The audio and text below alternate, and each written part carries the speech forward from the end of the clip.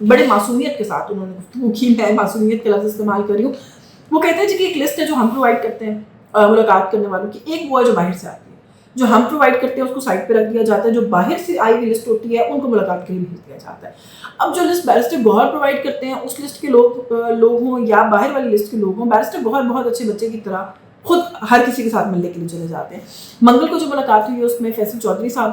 موجود تھے. اب فیصل چودھری صاحب کا اس لسٹ میں تو نام نہیں تھا جس کو سلمان اکرم راجہ صاحب نے سائن کیا ہے. تو اگر کسی باہر سے آئی ہوئی لسٹ میں نام تھا تو میرا I have nothing against Faisal Chaudhry صاحب. He is a very very senior lawyer, Imran Khan صاحب کے لوئر ہیں، پارٹی میں ان کا اسٹینڈنگ ہے، اسٹیٹس کیا ہے، میں I have nothing to do, میں اس پہ کوئی کامنٹ نہیں کروں گی. سوال صرف اتنا کروں گی بیرسٹر گوہر صاحب کی معصومیت اور سادگی پر کہ انہوں نے آ کے پروٹیسٹ کا ایک جملہ ایک کلمہ بھی نہیں کہا باہر. وہ بالکل خاموشی سے چودھری صاحب کے ساتھ چلے گئے ملاقات کرنے کے لیے، ان کی لسٹ کو وائلیٹ کیا گیا، انہوں نے اس پہ کوئی پروٹیسٹ نہیں کیا اور مل کر آ گئے. سو لائک آئی سیڈ کہ عمران خان کی رہائی کی تحریک سے عمران خان صاحب کی ملاقات کی تحریک جو ہے بن چکی ہے، اور جو بھی سکسیزفلی مل کر آ جائے وہ سمجھتا ہے کہ اس نے اپنا تحریک میں بہت اچھا حصہ ڈالا ہے. اس سے بات جو ہے وہ آگے نہیں بڑھ رہی. اچھا، اسی کی کنٹینیویشن ہے صاحبزادہ حامد رضا SIC کے سربراہ ہیں، سنی اتحاد کونسل کے، انہی کی پارٹی کے بینر کے نیچے PTI کے MNAs جو ہیں وہ اس وقت قومی اسمبلی میں موجود ہیں. جب ہم کہتے ہیں کہ سنگل لارجسٹ پارٹی ہے پاکستان تحریک انصاف تو وہ SIC کے بینر سے، تو ٹیکنیکلی سنی اتحاد کونسل جو سنگل لارجسٹ پارٹی ہے. صاحبزادہ حامد رضا صاحب کہتے ہیں کہ عمران خان سے جو ملاقات کرنے والے کچھ لوگ ہیں وہ کمپرومائزڈ ہیں. اب وہ کون ہیں وہ لوگ؟ بیرسٹر گوہر نے جو کرائٹیریا سیٹ کیا اگر اس کو سامنے رکھیں تو پھر جو لسٹ جاتی ہے out side of that list جو مل کر آتا ہے پھر وہ کمپرومائزڈ ہے، یا اس لسٹ کو نہ فالو کرنے کے باوجود جو پھر بھی ملنا چلا جاتا ہے بقول سلمان اکرم راجہ صاحب کے، وہ کمپرومائزڈ ہے. تو پاکستان تحریک انصاف کو اپنا ہاؤس جو ہے نا وہ آرڈر کرنے کی ضرورت ہے. وہ عمران خان سے ملاقات کی تحریک چلانا چاہتے ہیں یا رہائی کی؟ اس میس اور کیوس کے ساتھ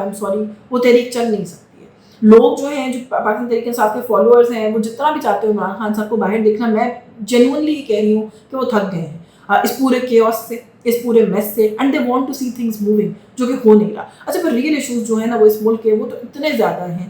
کہ اب میرا خیال ہے کہ عوام اس بات سے بھی اکتا گئے ہیں کہ یہ جو گورنمنٹ اور اپوزیشن اور PTI کی کھینچا تانی ہے یہ ختم ہو، تاکہ جو عوام کے ایشوز ہیں ان کے اوپر کوئی بات ہو سکے یا کام ہو سکے، کوئی بات جو ہے وہ آگے بڑھ سکے.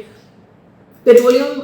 کی مصنوعات کی قیمتوں میں اضافہ یا کمی، یہ ایک بڑا ایونٹ ہوتا ہے ہر 15 دن کے بعد پاکستان کے اندر. ہم نے یہ دیکھا کہ عالمی منڈی میں جو تیل کی قیمتیں ہیں وہ کم ہوئی. جب کم ہوتی ہیں تو ریلیف ایکسپیکٹڈ ہوتا ہے کہ وہ پاس آن کیا جائے گا. چلو اگر 7 روپے کمی ہوئی ہے تو 2-3 روپے پاس آن کر دیں، نارملی یہی ہوتا ہے پاکستان میں، پورا ریلیف کبھی پاس آن نہیں کیا جاتا. لیکن پہلے اس کے اندر اسپیل کے اندر جو ہے گورنمنٹ نے PDL کو برقرار رکھا، PDL کی مد میں 10 روپے ڈال کے جو قیمت تھی اس کو برقرار رکھا، پیٹرول کی کوئی ریلیف پاس آن نہیں کیا، نہ ہی بڑھائی. سیکنڈ اسپیل کے اندر جو ہے وہ 8 روپے 7 روپے کچھ پیسے تقریباً 8 روپے بنتے ہیں جو پر لیٹر PDL جو ہے اسی کی مد میں اگین اضافہ کر کے تو جو قیمت ہے اس کو بڑھا دیا گیا. سو ایک ہفتے مہینے کے اندر 18 روپے کا 15 دن کے اندر غالباً 18 روپے کا جو ہے وہ اضافہ جو ہے پیٹرول مصنوعات کی قیمتوں میں اضافہ میں اس لیے کہوں گی کیونکہ وہ جو ریلیف ٹیکنیکلی ملنا چاہیے تھا وہ پاس آن نہیں ہوا اور اس کو برقرار رکھا گیا.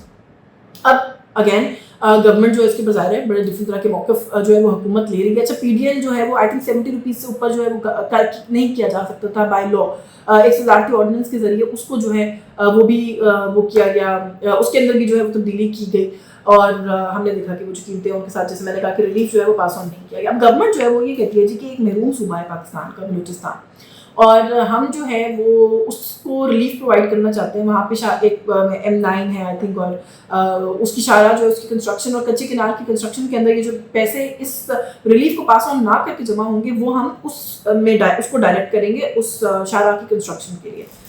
اب اس کے اندر 2-3 پرابلمس ہیں. ایک تو یہ کہ کیا اس کو ایز اے منصوبہ کہیں سے منظور کرایا گیا، کیا یہ technically procedural point of view سے ممکنات میں سے بھی ہے کہ PDL میں سے پیسہ انڈائریکٹ ٹیکسیشن سے کلیکٹ کریں اور ملک کے کسی منصوبے پہ اس کو جو ہے وہ ڈائریکٹ کر لیں. IMF کی ایک شرط بھی ہے کہ اتنا زیادہ ریلیف آپ پاس آن نہیں کر سکتے تو گورنمنٹ کو شاید اسٹریٹ اوے وہی بتا دینا چاہیے. کیا اگر کل عالمی منڈی میں تیل کی قیمتوں میں اضافہ ہوگا تو شاہراہ کی کنسٹرکشن بیچ راستے رک جائے گی؟ یہ بھی ایک سوال ہے. بلوچستان کا اپنا سرپلس بجٹ 91 بلین کا وہ کیوں نہیں یوٹیلائز ہو رہا؟ یہ بھی ایک سوال ہے. PSDP وفاقی حکومت کے پاس ان ایگزاسٹڈ جو PSDP ہمیشہ کی طرح انڈر یوٹیلائز PSDP ہوتا ہے وہ ابھی بھی پڑا ہے، وہ کیوں نہیں یوٹیلائز ہو رہا؟ ایک عام شہری پاکستان کا جو کہ مزدوری کرتا ہے اور جو منیمم ویج آپ لوگ جو کہ منیمم ویج بھی کم ہوتی ہے وہ بھی نہیں کما رہا ہوتا، اس کی ذمہ داری کیسے ہو گئی ہے کہ اس نے بلوچستان وہ کتنا محروم صوبہ ہے, اس کے کیا پرابلمس ہیں, ہم بالکل we are all for the development of Balochistan, لیکن اس کی ذمہ داری یہ سوشل رسپانسبلٹی اس شخص نے کیوں بیئر کرنی ہے, وہ تو گورنمنٹ کو بیئر کرنی چاہیے کہ وہ فنڈ کرتا پھرے بلوچستان کی کسی سڑک کو, کیونکہ جب آپ پیٹرولیم مصنوعات کی قیمتوں میں بات کرتے ہیں تو ایک سائیکل کے علاوہ کوئی بھی موڈ آف ٹرانسپورٹ جس کے اندر ایک رکشا, چنچی, موٹر سائیکل, کوئی بھی چیز آپ لے لیں وہ جو ہے پیٹرول سے چلتی ہے. آپ کی جو روزمرہ کی اشیاء خردنوش ہیں ان کی ٹرانسپورٹیشن کاسٹ ان کے اندر ایڈ ہو کے پرائسز میں اضافہ کرتی ہے. انفلیشن کا ایک پورا سرکل چل سکتا ہے جب پیٹرولیم مصنوعات کی قیمتیں بڑھتے چلتا ہے, جب ان میں اضافہ ہوتا ہے تو ایک عام آدمی پہلے آپ کو پی ڈی ایل دے,